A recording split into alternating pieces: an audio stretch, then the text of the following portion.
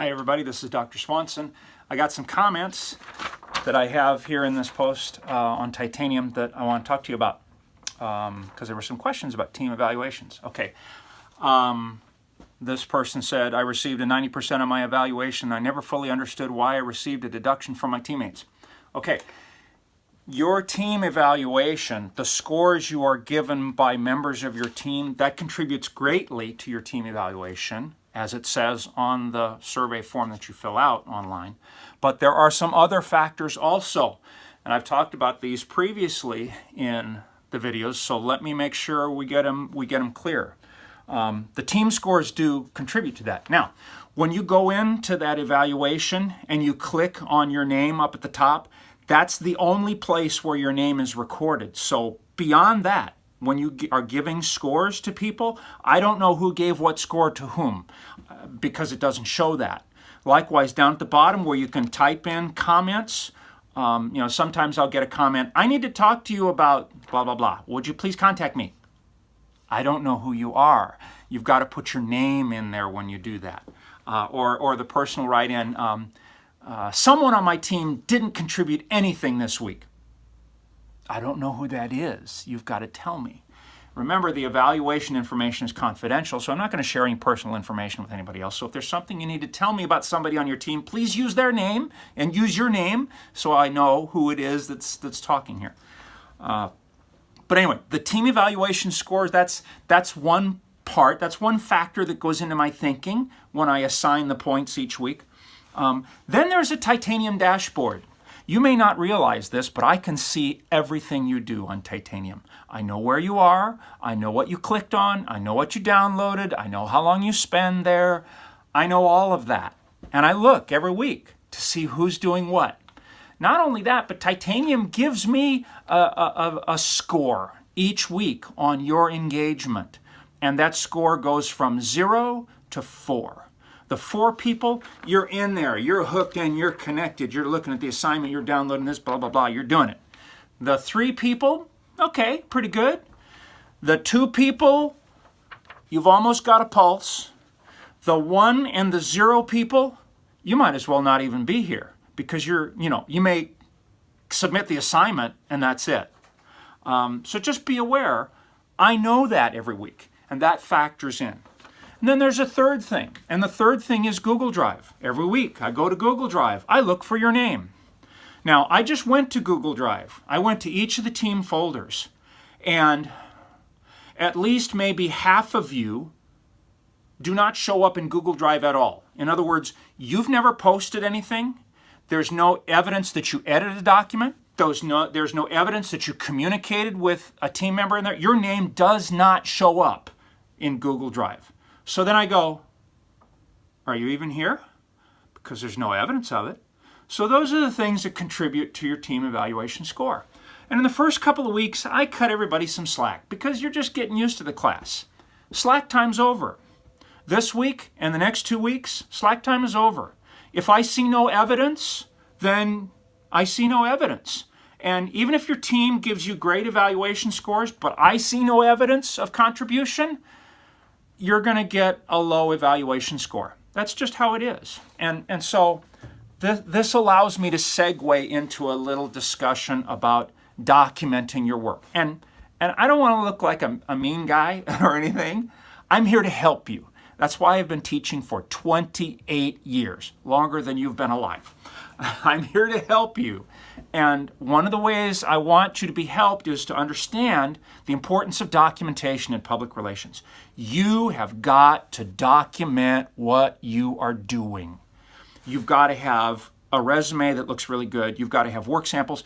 Ideally, you should have a portfolio where you document your work and you have little blurbs that talk about what the work is and what you learned, blah, blah, blah. You've got to do that. And you've got to continue that documentation when you got out into the workplace. Not in a Donald Trumpian, I'm so great, I have the biggest brain. That's not documentation. I'm talking about what did you do, why did you do it, how did it work, how did you achieve success for the client, document. It's also called CYA, cover your, okay? You've got to do that to be successful as a public relations practitioner. If you were to ask me at any point, what have I done in public relations? I got a big drawer of stuff. I can show you stuff going back years that I did. I've got digital files, I've got paper files, I've got books, I've got everything. I can document what I do as a PR person. You have got to do that too.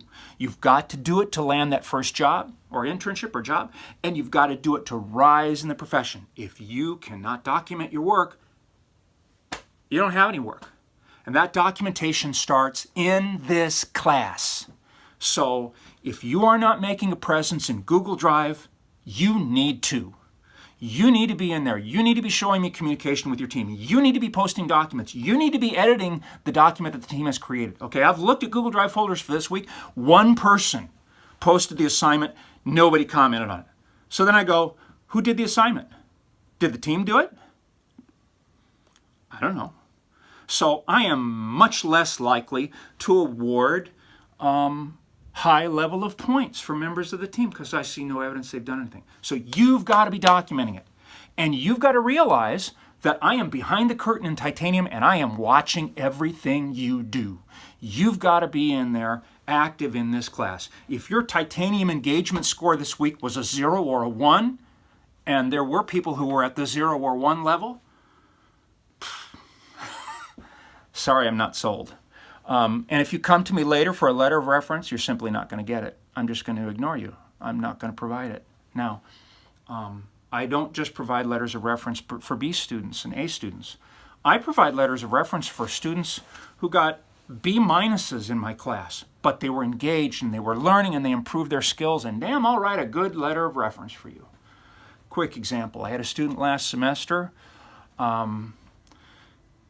didn't really express an interest in improving, just kind of floated along, but had an excuse for everything. Oh, I couldn't do that because this happened and that happened and this happened, and oh, I'm so sorry I'm late. I'm sorry. Didn't have a career plan. Didn't have a decent resume. Was just kind of floating along. Writing didn't improve during the semester. I'm sorry, I wouldn't. This sweet young lady, very sweet. I wouldn't trust her to write a grocery list, okay? Her writing is that bad. At the end of the semester, what did she do? She asked me for a letter of reference. No, I have nothing to write for. There's no reason for me to write a letter of reference. I have nothing to refer. So I simply ignored her request. Be interesting to see if it comes back in the fall. But anyway. So, you got to document. That's what we do. And that's one of the key messages I'm trying to get across in this class. When you graduate, there will be 800 other communication students graduating when you graduate. What makes you special? What makes you stand out? That's 800 here at Cal State Fullerton. There will be thousands across Southern California. Thousands and thousands. I think the estimate is something like 5,000 COMM graduates every year. What makes you different? You gotta know, and you gotta be able to document it. Okay, let's talk about graduation for a minute. One of these comments says, I'm currently in 15 units during the summer session in order to graduate early. Okay, let's talk about graduate early. That's only in your head. Early or late, it's only in your head. You graduate, or technically it's you are graduated, because graduated, that's like a verb. It's something that happens. Think of a net where graduating, people were shaking people out, separating them from others. So we are graduating. It's a process, not a noun. But I digress. So at the point where you are finished with those 120 units, all the right courses, blah, blah, blah, you've met all the requirements, you paid your $100, blah, blah, blah. That is neither early nor late. It's at the time it was able to happen. What I'm getting at here is don't say or write that you want to graduate early, did graduate early, will graduate early, don't write that, because if an employer sees that or hears that, the employer thinks you just blew through your courses and you're not prepared. That's what graduate early implies. In fact, the employer might even think you didn't need to complete all the classes other people did to get your diploma. Don't say you're graduating early. Don't write that you're graduating early. Don't do that, because it makes an impression. And PR people, we are all about making impressions, and we want to make the right impression, not the wrong impression. So don't say, I had to graduate early. Don't come to my office and say, I have to graduate early, because I know what you mean. I know what you mean, but employers don't. And just as a side note, I understand that you want to get out of here as soon as you can. I want you to get out of here as soon as you can. But it's essential that you learn along the way, and you don't want to give any indication that you're not learning. I mean, hey, student loan debt and all that, I got that. I got you. I got you beat on student loan debt, okay? $100,000 in student loan debt for my doctorate and master's. So if we're going to have a student loan debt competition, I've already won. Okay? So I understand you want to get out of here, and I want to help you.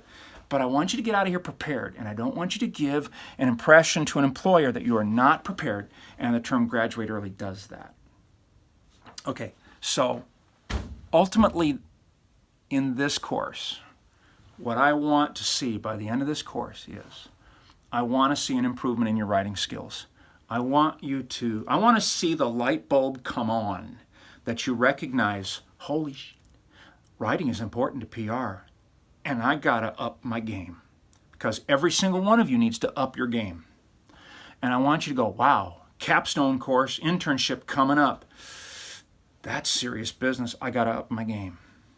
And I want to see you practicing your writing. I want to see an improvement in skills, and I want to see you practicing. I want to see you get it, how important this is.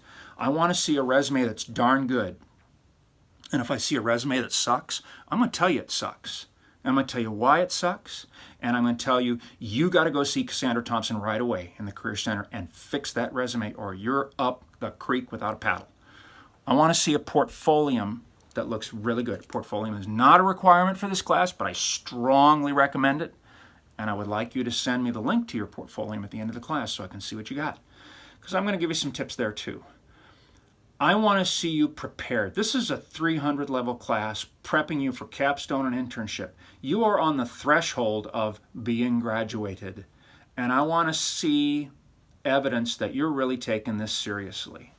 And if you are just floating along through this class, the grades you earn, and they are earned, will reflect that floating along. And if you are 1 point away from a C, you won't get a C. That's it. I don't curve grades. You got to earn every point you get here. And if you don't earn a C in this class, you will not be able to take the capstone. You will have to take 362 again. So I don't want to put undue fear in you. I don't want to appear like the bad guy. But you have got to be prepared, and you've got to pass this class with a C if you want to move on. I am here to do everything possible to help you. I have put all the materials in front of you. There are no secrets in this class. Everything is wide open, but it takes practice, and you got to roll up your sleeves and do it. And if you are floating through titanium every week and your titanium dashboard score is a 1, and I know who you are, you're probably not going to pass this class, and I'm sorry. So that's the honest truth. And in the remaining time in this class, I will do everything I can to help you. Am I going to give you the answers? Nope. Am I going to give you extra credit? Nope. Am I going to give you an opportunity somebody else in the class won't get? Nope. Because that's what the workplace is like. Only I'm nicer. It may not seem like it right now, but I'm nicer. You get out in the workplace, and there are people who will chew you up and spit you out. And so I'm trying to prepare you for that experience now by getting you to up your game in the public relations world. So that's my advice for today. Get ready for these last 2 weeks of class, because they're going to be busy, and my standards have now come up from what they were in the first 2 weeks. So I hope to see lots of good work, and I hope to help you, and I hope to be asked to write reference letters that I can write when the semester is over. So that's the words of wisdom for today. Thanks a lot.